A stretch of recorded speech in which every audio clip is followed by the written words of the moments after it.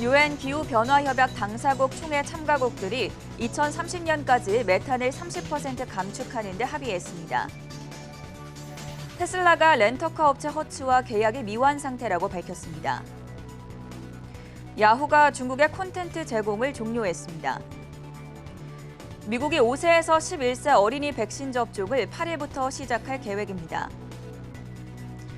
테슬라가 소프트웨어 결함으로 미국에서 12,000대를 리콜했습니다. RBA 총재는 호주가 2024년 금리 인상이 유력하다며 신중한 기조를 밝혔습니다.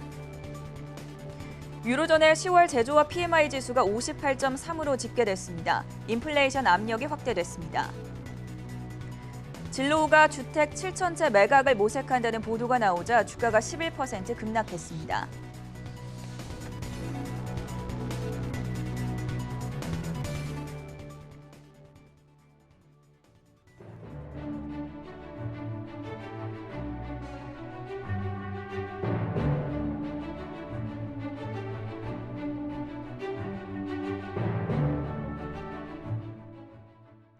네, 여러분 안녕하십니까? 수요일 굿모닝 한경 글로벌 마켓의 전세원입니다. 30분 전에 마감한 현지 시간 화요일 뉴욕 증시 3대 지수가 일제히 상승하면서 다시 한번 사상 최고치를 경신했습니다. 연준의 11월 FOMC 미팅이 시작된 가운데 투자자들은 기업들의 강한 실적이 연말 랠리를 이끌 것이라는 기대감을 가지고 시장을 지켜봤고요. 지금까지 S&P 500 기업들 가운데 55%가 실적을 발표했고 이 중에서 82%가 예상치를 웃도는 호실적을 공개했습니다. 이에 따라 오늘 다우지수가 130포인트 넘게 상승했고 나스닥 지수가 0.3% 강세, 그리고 S&P 500 지수 올해 들어서 61번째 최고치 기록을 세웠습니다. 장 초반 소폭 상승하던 지수는 후반으로 가면서 상승폭을 더 키우는 모습이었습니다. 138포인트 상승으로 거래 마쳤는데요. 암젠과 존슨앤존슨 그리고 머크 같은 제약주들이 오늘 다우지수 오름세를 주도했다는 분석입니다. 마지막으로 섹터 가운데서는 기술주와 필수 소비재 그리고 헬스케어 섹터가 상대적으로 강한 흐름을 나타냈습니다. 먼저 기술주 내에 있는 마이크로소프트와 애플이 오늘은 상대적으로 강한 흐름을 연출했고요. 반도체 주가도 보시면 엔비디아가 2% 넘게 상승하면서 52주 신고가를 기록했습니다. 역시 그 옆에 위치해 있는 브로드컴도 1.7% 상승하면서 신고가 경신했고요. AMD도 1% 넘는 강세를 연출했습니다. 앞서 다우지수를 주도했던 업종이 오늘 헬스케어 섹터였다라고 말씀을 드렸는데요. 존슨앤존슨과 일라이릴리 그리고 머크 등 대부분의 제약자들이 오늘 강세를 나타낸 모습입니다. 그중에서도 특히나 화이자가 3분기 호실적에 힘입어서 오늘 4% 넘게 급등했습니다. 반면에 테슬라는 오랜만에 약세로 돌아섰습니다. 일론 머스크 CEO와 렌터카 업체 허츠와의 공방이 이어지고 있고 또 자율주행 오류로 12,000대를 리콜하면서 어제 $1,200를 돌파했던 테슬라 주가는 오늘 3% 넘게 급락했습니다. 좀 더 자세한 종목별 현황까지 살펴보시죠. 강수민 캐스터 연결돼 있습니다. 네, 미국 증시 마감 특징주 살펴보겠습니다. 오늘장 뉴욕 증시 3대 지수 모두 상승하며 최고치로 마감했는데요. 먼저 섹터별로 살펴보겠습니다. 오늘장에서는 11개 섹터 중 9개 섹터가 상승, 2개 섹터가 하락했습니다. 자재와 부동산주, 기술주, 필수 소비재, 그리고 헬스케어주가 상승을 주도했습니다. 반면 에너지주와 임의소비재는 하락했습니다. 오늘도 장중 52주 신고가를 기록한 기업들 확인해 보겠습니다. 마이크로소프트 보이고요. 반도체 업체 엔비디아와 브로드컴도 장중 신고가를 기록했습니다. 펩시코와 맥도날드, 골드만삭스, 언더아머도 신고가를 기록한 모습입니다. 코스트코와 페라리, 포드는 어제도 언급을 했었는데 신고가를 또 기록했습니다. 그럼 바로 이어서 개별 특징주 살펴보겠습니다. 먼저 테슬라입니다. 일론 머스크가 렌터카 업체 허츠와의 계약이 아직 체결되지 않았다고 반박했습니다. 지난 25일 허츠가 테슬라 전기차 10만 대 인수 계약을 체결했다고 발표한 것과는 상반됩니다. 허츠는 이미 납품이 시작됐다고 밝혔습니다. 또 테슬라가 소프트웨어 결함으로 미국에서 12,000대를 리콜 중이라는 보도도 전해졌습니다. 해당 소식에 투자 심리가 악화되면서 오늘장 테슬라는 3% 떨어졌습니다. 백신 개발사 화이자가 호실적을 공개했습니다. 매출은 전분기 대비 21% 늘어났습니다. 향후 매출 가이던스도 올려 잡았는데요. 올해 코로나19 백신 매출을 360억 달러로 예측했습니다. 해당 소식에 오늘장 4% 올랐습니다. 다음 종목입니다. 나이키가 메타버스 사업을 준비하고 있는 것으로 나타났습니다. 나이키는 메타버스 브랜드 운동화와 의류를 판매할 것이라고 밝혔습니다. 슬로건 저스트 두 잇과 에어조던 등 7개 상표에 대한 신청서를 제출했습니다. 오늘장 1% 가까이 올랐습니다. 네, 다음 종목입니다. 스포츠웨어 브랜드 언더아머가 시장 예상을 웃도는 실적을 발표했습니다. 도매 판매가 10%, 소비자 직접 판매가 12% 증가하면서 매출 증가를 이끌었습니다. 해당 소식에 오늘장 16% 올랐습니다. 다음은 세계적인 소비자 회사 클로락스입니다. 클로락스 3분기 실적이 시장 예상을 웃돌았습니다. 해당 소식에 오늘장 1% 올랐는데요. 하지만 JP모건은 클로락스에 대한 투자 의견을 중립에서 비중 축소로 하향 조정했습니다. 노동력 부족과 운송비 상승 등의 비용 증가를 원인으로 설명했습니다. 다음 종목입니다. 온라인 학습 플랫폼 체그의 3분기 실적은 부진했습니다. 모건 스탠리는 체그에 대한 투자 의견을 비중 확대해서 중립으로 하향 조정했습니다. 온라인 교육에 대한 수요가 빠르게 감소한 것이 원인으로 보입니다. 해당 소식에 오늘장 체그는 48% 급락하며 떨어졌고 현재 시간 외 거래에서도 소폭 하락하고 있습니다. 마지막 종목입니다. 아웃백 스테이크하우스의 모기업인 블루밍 브랜드가 10% 급락했습니다. 인플레이션 심화에 따른 비용 증가가 우려가 원인인데요. 블루밍 브랜드는 이달 메뉴 가격을 3% 인상할 계획이라고 밝혔습니다. 그럼 이어서 월가 아이비들이 투자 의견을 제시한 5개 종목들 짚어보겠습니다. 먼저 운동화로 잘 알려진 스케쳐스입니다. 아거스 리서치가 스케쳐스에 대한 투자 의견을 매수에서 중립으로 하향 조정했습니다. 병목 현상과 배송 지연 등이 우려된다고 전했습니다. 오늘장 스케쳐스는 5% 하락했습니다. 다음은 홈디포입니다. 베어드가 홈디포의 수익률이 시장 예상을 상회할 것이라고 재차 평가했습니다. 이번 달 말에 있을 실적 발표를 앞두고 수요가 탄탄해 보인다고 전했습니다. 오늘장 홈디포 소폭 상승했습니다. 다음은 로빈후드입니다. 미즈호가 로빈후드의 목표가를 68달러에서 55달러로 하향 조정했습니다. 매수 의견은 유지했지만 지난주 발표된 실적이 실망스러웠다고 평가했습니다. 오늘장에서는 0.4% 올랐습니다. 이어서 알파벳입니다. 모건 스탠리가 알파벳의 목표가를 3,000달러에서 3,200달러로 상향했습니다. 지난주 발표된 실적이 좋았다는 점을 긍정적으로 평가했습니다. 오늘장 1% 상승했습니다. 마지막으로 마이크로소프트입니다. 도이치방크가 마이크로소프트에 대한 매수 의견을 내놓았습니다. 공용 클라우드 시장을 마이크로소프트가 과점하고 있다며 대차 대조표와 글로벌 설치 기반 등에서 경쟁 우위를 점하고 있다고 평가했습니다. 오늘장 1% 오르며 마감했습니다. 다음으로 국제유가 살펴보겠습니다. 주간 원유 재고 발표를 앞두고 공급이 늘어날 것이라는 예상과 함께 국제유가는 85달러 선 밑으로 떨어졌습니다. WTI 가격은 0.6% 내린 83달러 선에 거래됐고 브렌트유는 0.3% 하락하며 84달러 선에 거래됐습니다. 마지막으로 금 가격 살펴보겠습니다. FOMC 정례회의 첫날을 맞아 달러화 가치가 강세를 보이면서 금 가격은 하락 압력을 받았습니다. 지금까지 미국 증시 특징주였습니다.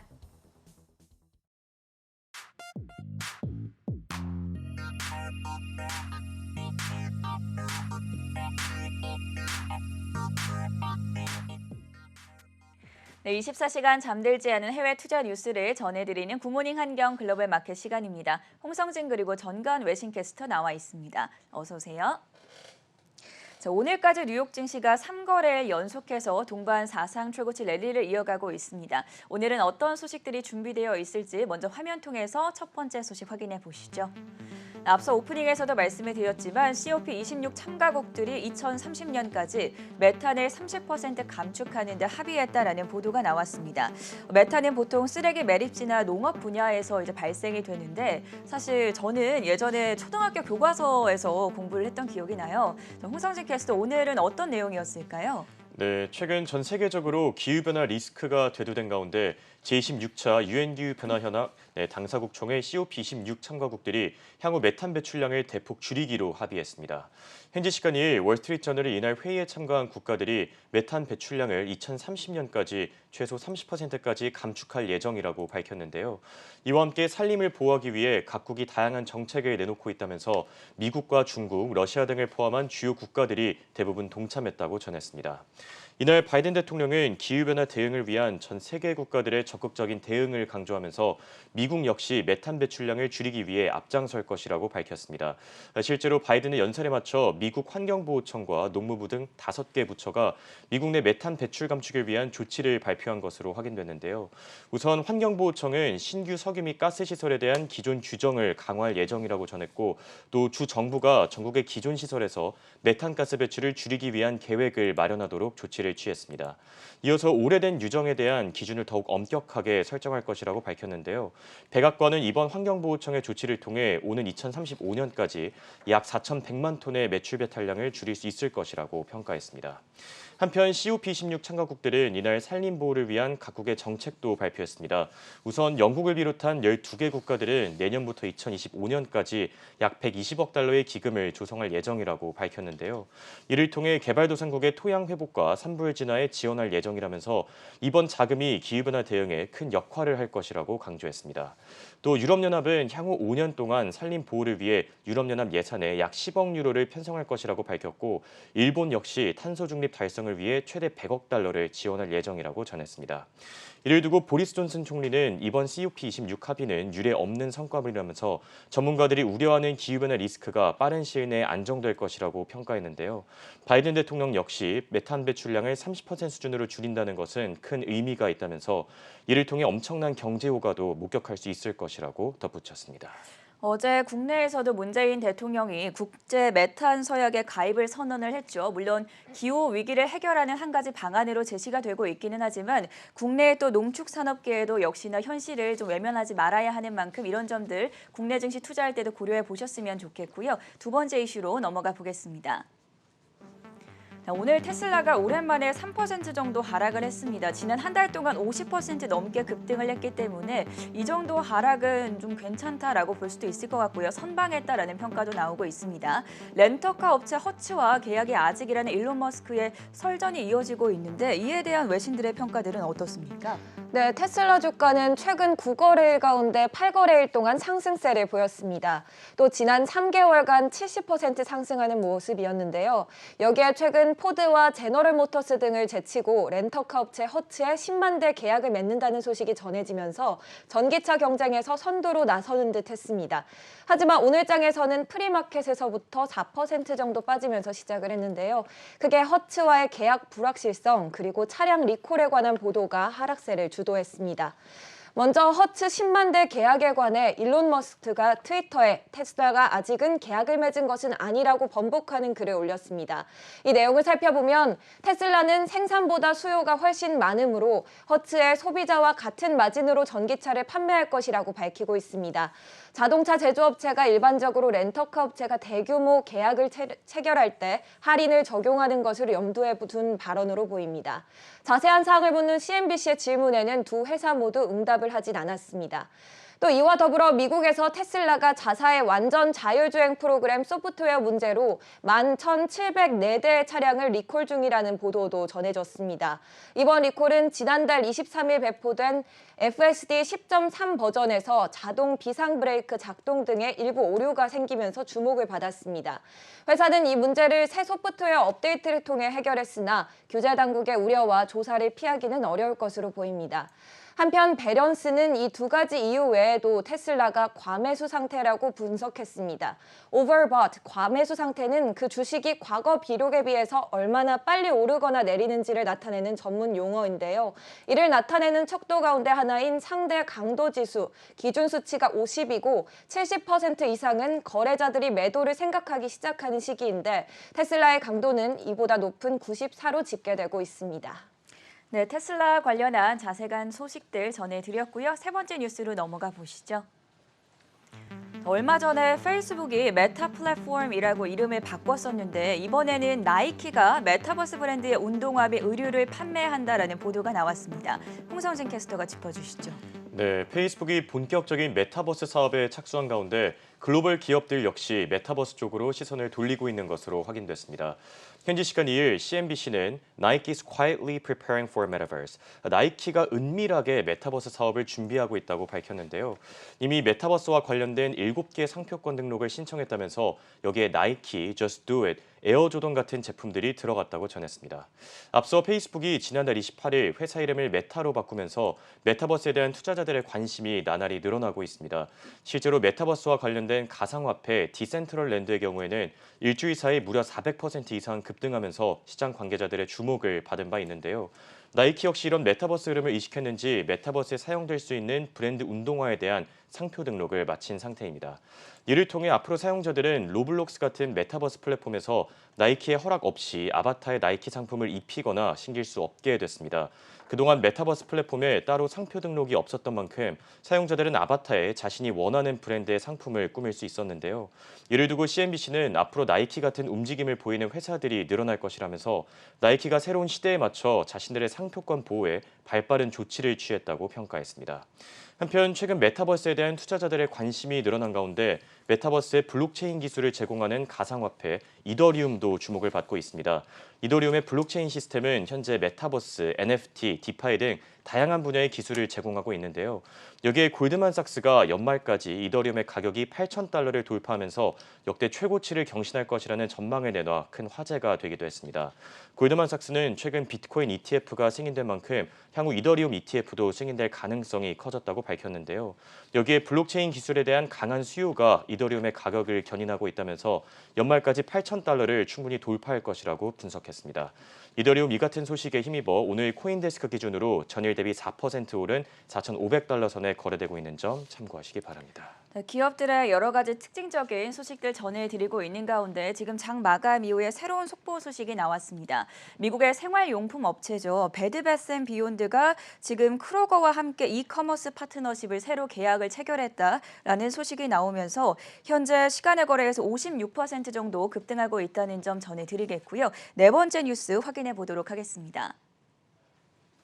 야후가 중국의 콘텐츠 제공을 중단했습니다. 얼마 전에 마이크로소프트 SNS인 링크드인이 중단을 했었는데 이번에는 야후까지도 중국의 제공을 중단을 한 겁니다. 어떤 소식들이었을까요? 네, 마이크로소프트 SNS 링크드인이 중국에서 철수한 지 보름 만에 이번에는 야후가 중국 본토 사용자를 위한 콘텐츠 제공을 중단하겠다는 보도를 내놨습니다.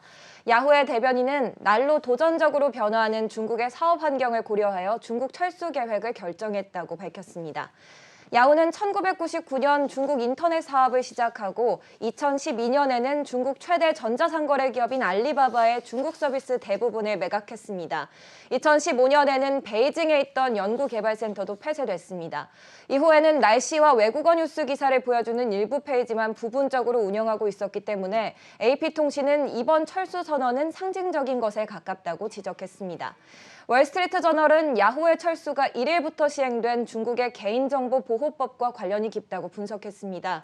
이 법은 인터넷 사업자의 개인정보 수집과 활용을 엄격히 제한하는 법으로 중국 내 사업을 하는 기업이 중국 당국의 요청이 있을 때마다 데이터를 넘겨줘야 하기 때문에 외국 기업들이 사업을 하는데 어렵다는 평가가 나옵니다.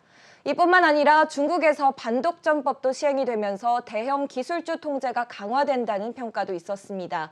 시진핑의 공동부유 정책 흐름에 맞춰 중국 증시 투자 흐름도 변한다고 로이터 통신이 보도했습니다.